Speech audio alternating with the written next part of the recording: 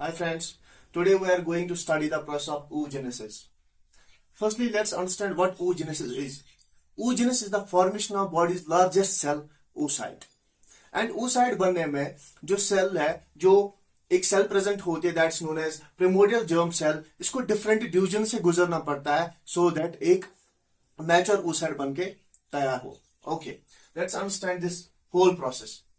यहाँ पे एक स्टम सेल प्रेजेंट होती है जो कि डिप्लॉयड इन नंबर होती है and this cell is known as primordial germ cell. यहां बोल सकते हैं इसको stem cell. Okay, this stem cell is divided by the process of mitosis.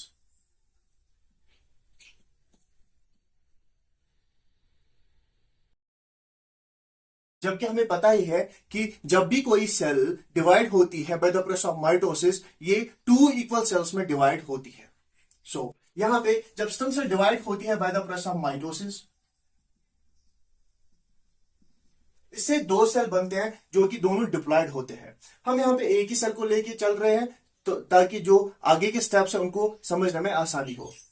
Okay, this diploid cell is known as oogonia. Okay, अब क्या होता है, जो ये oogonia होती है, ये जो डिप्लॉयड सेल oogonia होती है, ये फिर से डिवाइड होती है bye the process of mitosis.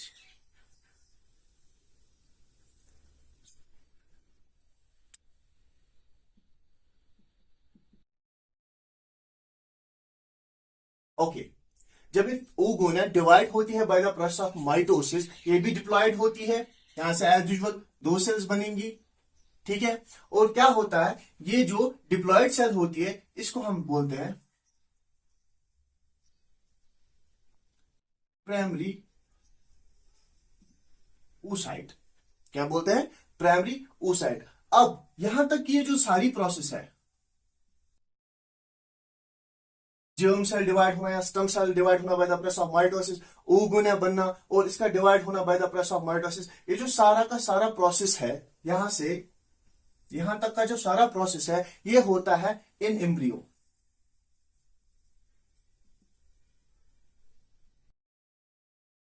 In embryo, यहां पे एक टर्म समझने की जरूरत है, इन एम्ब्रियो. इन एम्ब्रियो क्या होता है, जब एक लेडी प्रेग्नेंट होती है और उसकी जो यूट्रस में है बेबी गर्ल डेवलप हो रही होती है, उसकी डेवलपमेंट हो रही होती है, तभी ये सारा प्रोसेस जो है ऑकर होता है. ओके, अब जो ये प्राइमरी oocyte है, ये यहां पे इसके फर्दर डिविजन्स नहीं होते हैं, ये अरेस्ट होती है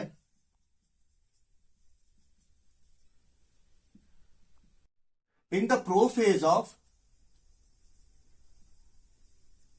meiosis first. Okay, primary oocyte बन गया. अब ये जो है फर्दर डिविजन्स होते हैं इसके, लेकिन यहां पे अरेस्ट होती है. क्यों अरेस्ट होती है, इसके पीछे एक मैकेनिज्म है. ओके, अब ये जो सारा प्रोसेस है ये एम्ब्रियो डेवलपमेंट में हो रहा है. एम्ब्रियो डेवलपमेंट जैसे कि पहले ही समझाया कि एम्ब्रियो डेवलपमेंट वो डेवलपमेंट होती है जब एक बेबी गर्ल मां की कोख में डेवलप हो रही होती है. Okay, in embryo approximately 1 to 2 million primary oocytes बनते हैं इन एम्ब्रियो डेवलपमेंट में. ओके, अब इससे आगे डिवीजन क्यों नहीं हो रहे? यहां पे एक क्वेश्चन है, इससे आगे डिवीजन क्यों नहीं हो रहे? क्यों ये प्राइमरी oocyte अरेस्ट हुई प्रोफेज ऑफ मेयोसिस फर्स्ट में? एक्चुअली यहां पे कुछ हार्मोन्स की जरूरत होती है, यहां पे कुछ हार्मोन्स की सिक्रेशन की नीड होती है जहां जो इस प्रोसेस को कंप्लीट करा पाए. लेकिन इन एम्ब्रियो में जो एक बेबी गर्ल डेवलप हो रही होती है, वहां से सिक्रेशन उसके जो है एंटीरियर पिट्यूटरी से या हम बोले कि हाइपोथैलेमस से कोई भी सिक्रेशन या स्टिमुलेशन नहीं हो रही होती है. That's why the primary oocyte is arrested in the prophase of meiosis first. अब क्या होता है, जब एक लेडी प्यूबर्टी पे पहुंचती है, जब एक लेडी प्यूबर्टी पे पहुंचती है तो क्या होता है, ये जो प्राइमरी oocyte है ये डिवाइड होता है again, but this time bye the process of meiosis. Bye the process of meiosis. अब मियोसिस में क्या पता है, मियोसिस में सेल डिवाइड होती है into two equal cells, two unequal cells. अब यहां पे क्या होता है, ये जो diploid number of primary oocyte है ये कन्वर्ट होगी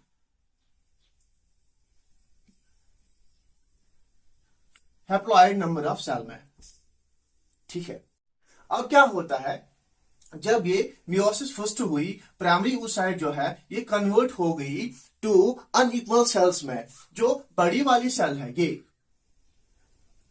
ये आगे फर्दर डिविजन्स में जाती है, और जो ये सेल होती है इसे हम बोलते हैं फर्स्ट पोलर बॉडी।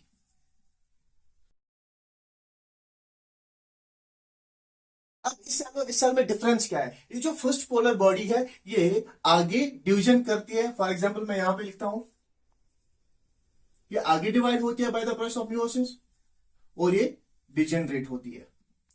ये डिजेनरेट क्यों होती है, बिकॉज इसमें जो साइटोप्लाज्मिक कंटेंट है वो बहुत कम होता है as compare to this cell, and this cell is known as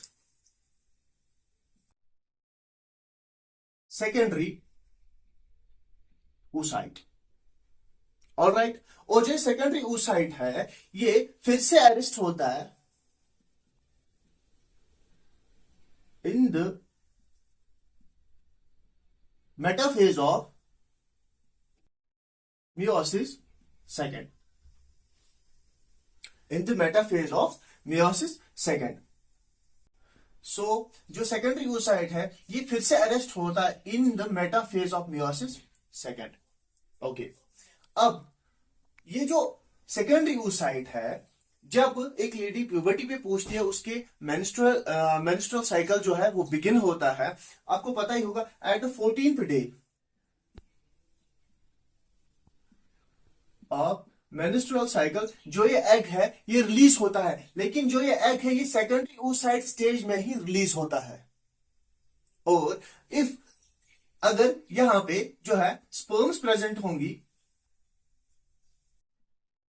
तो यहां पे फ्यूजन होगा, एंड जब ये फ्यूजन होगा, जब ये स्पर्म्स इस सेकेंडरी oocyte के साथ फ्यूज करेंगे, एट द सेम मोमेंट जो होता है, जो ये सेकेंडरी oocyte है ये अपना मेटाफेज ऑफ meiosis सेकंड को कंप्लीट कर देती है। आई बात समझ में? तो आगे हम देखेंगे कि ये सारा का सारा प्रोसेस है from stem cell to secondary oocyte, ये हो रहा होता है एक लेडी के, एक गर्ल के, किसमें, ओवरी में। This structure here, this is ovary. अब हम देखेंगे कि ओवरी में ये प्रोसेस कैसे हो रही होती है। ऑलराइट, ये जो सारा का सारा प्रोसेस है, जो ओजिनस का प्रोसेस हो रहा होता है, ये एक लेडी के ओवरी में हो रहा होता है after puberty. Okay, let's see what happens in the ovary of the female. ये चीज समझने से पहले मैंने जो यहाँ पे स्ट्रक्चर ड्रा किया है पहले इसको देखते हैं। ये जो स्ट्रक्चर है दिस इज हाइपोथैलेमस, जैसा कि आपको पता है it's a master endocrine regulator. इसमें दो तरह के न्यूक्लियस प्रेजेंट होते हैं, arcuate nuclei and preoptic nuclei. Alright, अब ये जो आर्केड न्यूक्लियाई है, प्री ऑप्टिक न्यूक्लियाई है, ये रिलीज करते हैं one of the most important hormone that's known as gonadotropin releasing hormone, GnRH। और जो GnRH है, it moves down to this hypocortical and attaches with the cells which are present on the anterior pituitary gland, and these cells are known as gonadotropes। जब gonadotropin releasing hormone इन gonadotrope cells के साथ bind होता है तो it stimulates the synthesis of two very important hormones। One is known as follicle stimulating hormone and another is known as luteinizing hormone। अब जो follicle stimulating hormone and luteinizing hormone है ये blood stream में जाते हैं और आगे क्या काम करते हैं वो हम यहां पे देखें फीमेल की ओवरी में।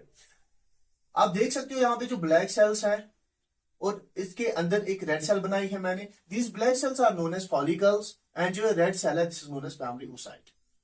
ओके, जो प्राइमरी oocyte होता है इसके ऊपर जो फॉलिकल सेल्स होती है इनमें क्या होता है, इनमें पॉलिफिरेशन होती है, मल्टीप्लाई हो जाती है। और ये मल्टीप्लाई कैसे होती है, ये मल्टीप्लाई होती है by the effect of luteinising and follicle stimulating hormone, mostly follicle stimulating hormone जो होता है इन फॉलिकल सेल्स की पॉलिफरेशन कराता है, यानी कि मल्टीप्लाई कराता है। ओके, नाउ प्राइमरी oocyte से क्या होता है, अब ये जो स्ट्रक्चर है this is growing follicle, growing follicle, क्योंकि इन सेल्स को, फॉलिकल सेल्स को क्या हो रही होती है, पॉलिफरेशन होती है, and this is known as growing follicle.